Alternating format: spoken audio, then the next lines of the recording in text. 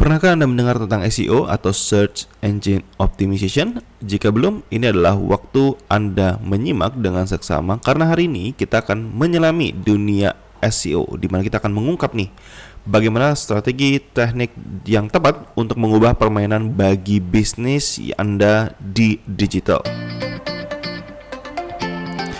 Hello upgraders. Selamat datang di The Digital Upgrade Podcast, panduan esensial bagi entrepreneur dan profesional untuk mempertajam strategi pemasaran digital dan tips praktis seputar digital marketing dan digital business bersama host Anda, Nico Julius. Dan topik kita hari ini adalah sebetulnya gimana sih sebetulnya kita bicara tentang Search Engine Optimization dan tips praktis apa sih yang bisa digunakan sebagai pemilik bisnis. Dan bicara tentang SEO, teman-teman, hal ini sebetulnya singkatan dari Search Engine Optimization, yaitu adalah serangkaian strategi dan teknik yang kita bisa gunakan untuk meningkatkan visibilitas sebuah website atau landing page gitu ya di mesin pencarian Google, di mana memang tujuan utamanya adalah pasti untuk meningkatkan peringkat situs website pada hasil pencarian itu sendiri, sehingga tentunya dia bisa menghasilkan lebih banyak traffic organik atau yang tidak berbayar ke website itu sendiri atau ke landing page itu sendiri.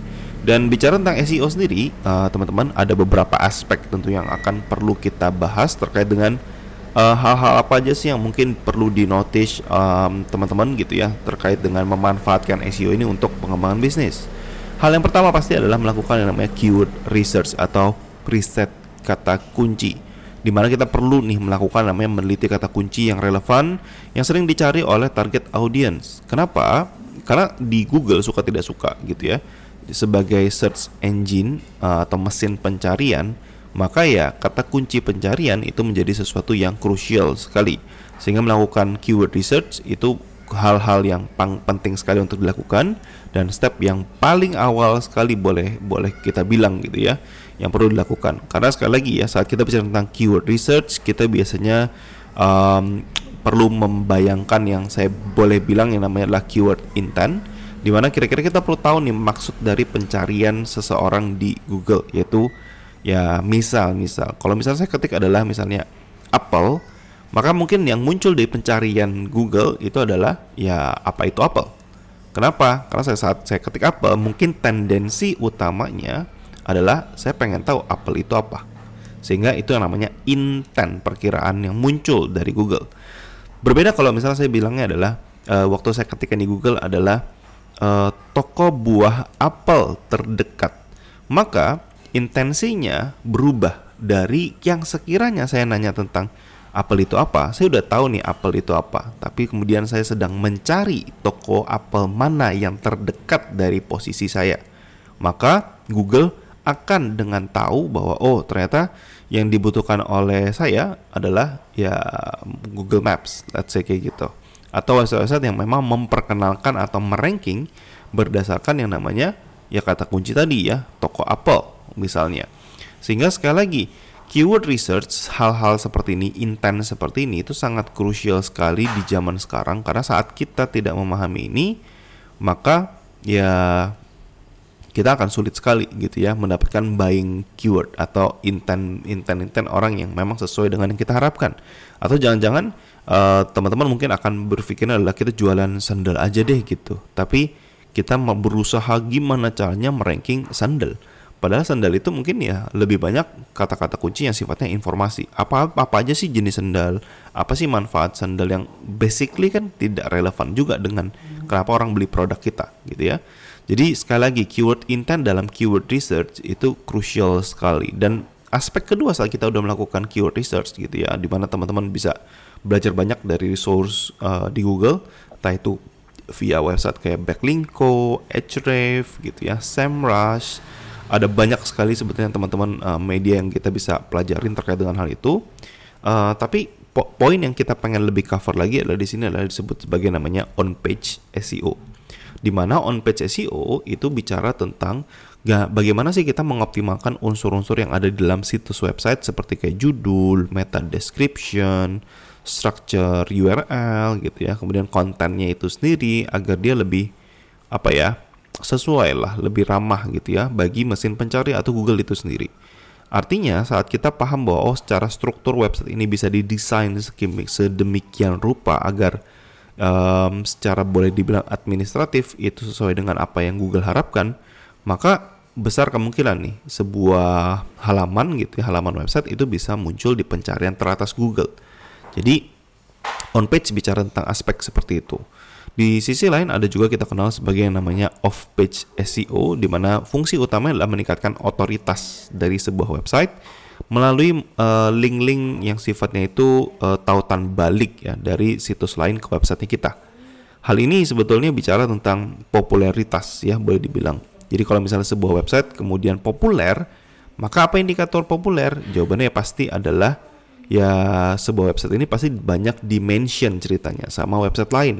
Maka off page ini boleh dibilang indikator gitu ya, indikator yang boleh dibilang tingkat kepopuleran sebuah website. Jadi kalau kita dibahas di banyak website, ya pada dasarnya Google akan tahu oh ternyata website ini tuh banyak nih di mention sama website lain, maka otoritasnya akan naik seperti itu.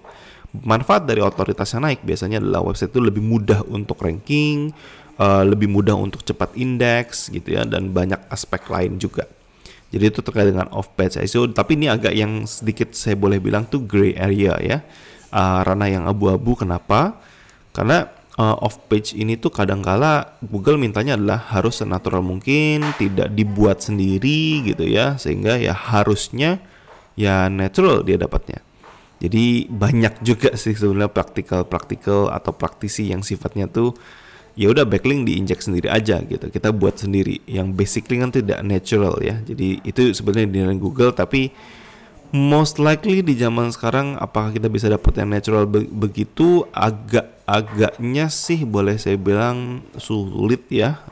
Sehingga memang ya praktikal yang namanya off page SEO most likely memang perlu dilakukan di Indonesia. Seperti itu sih. Bahkan kalau mungkin ada juga tahu website brand-brand startup besar juga banyak melakukan yang namanya reach out untuk mendapatkan backlink dari website-website lain seperti itu. Nah itu aspek yang ketiga teman-teman. Setelah keyword research ada on page SEO, ada yang namanya off page SEO, ada juga yang kita kenal sebagai namanya technical SEO, di mana sebetulnya ini part di mana kita perlu memastikan nih website kita itu memiliki struktur yang baik, cepat dibuka, cepat dibaca oleh Google atau kita sebut sebagai nama crawling gitu ya. Jadi secara structure intinya website itu harus nyaman untuk dilihat, nyaman untuk dibaca secara code agar si crawler itu lebih mudah gitu ya memahami struktur sebuah website. Jadi part-part dari technical SEO ya mungkin teman-teman perlu juga nih belajar hal itu. Kemudian hal yang boleh saya pribadi agak bilang minor, tergantung industrinya ya, kadang juga bisa major tergantung industrinya, yaitu kita sebut sebagai namanya UX atau user experience, di mana kita perlu nih meningkatkan atau membuat ya pengalaman seseorang yang berkunjung ke website kita itu tetap nyaman di website kita gitu ya. Entah itu navigasi yang intuitif, mungkin lebih mudah gitu ya untuk dipakai, atau mungkin desainnya memang responsif, enak dilihat di segala device. Jadi hal-hal kayak gitu. Dan inti utamanya adalah saat kita memahami aspek SEO ini, teman-teman, kita bisa mendapatkan traffic dari Google, di mana kita bisa sekali lagi ya nangkring di halaman-halaman utama dari kata kunci pencarian yang memang relevan sekali nih sama audiens kita. Jadi hal ini boleh saya bilang kenapa sih crucial? Karena di zaman sekarang itu banyak banget teman-teman yang mungkin terjebak dalam kita fokus aja sosial media gitu, tapi teman-teman nggak dapat big money ya. Kalau saya bilangnya itu adalah saat teman-teman nggak bermain di long run-nya, sehingga saat nanti teman-teman tahu-tahu akun Instagramnya misalnya atau akun Facebooknya atau akun TikToknya kemudian tahu-tahu ke ban, atau teman-teman tidak sengaja gitu ya mempublish konten yang sifatnya ada copyright-nya sehingga teman-teman kena namanya shadow ban lah, tidak bisa posting lah, jangkauan intinya menurun secara overall gitu ya. Kemudian teman-teman udah ya nyalahin aja sama sosial media, padahal kan sosial media gratis gitu ya. Jadi hal yang saya pengen mention ke teman-teman adalah ingat teman-teman bahwa di digital saat kita tidak bisa menjaga sebuah assets gitu ya, maka teman-teman perlu membagi beberapa aset lain, sehingga itu bisa jadi mengoptimalkan dan menjaga aset bisnis kita sendiri di digital. Jadi salah satunya yang saya suka banget gitu ya, yaitu adalah SEO dengan Google. Kenapa? Karena ini sustain banget pengalaman saya gitu ya. Dan gradually apa yang kita kerjakan day to day itu bisa memiliki hasil multiplikasi, teman-teman. Tidak seperti media sosial pada umumnya yang dimana saat kita tidak posting, ya teman-teman nggak dapat traffic lagi di kemudian hari gitu ya. Nah itu yang saya pribadi agak sayangkan gitu ya. Ya tapi terlepas dari memang nature kayak gitu, makanya saya bilang SEO tuh crucial buat semua bisnis. Tinggal masalahnya adalah seberapa major nih industri atau tendensi audiensnya dengan bisnisnya kita. Karena kalau misalnya saya bilang adalah fast moving atau FMCG ya, mungkin nggak terlalu urgent ya menggunakan SEO. Kenapa? Ya karena mungkin lebih cepat nih dapatin sales dari sosial media. Saya setuju gitu ya.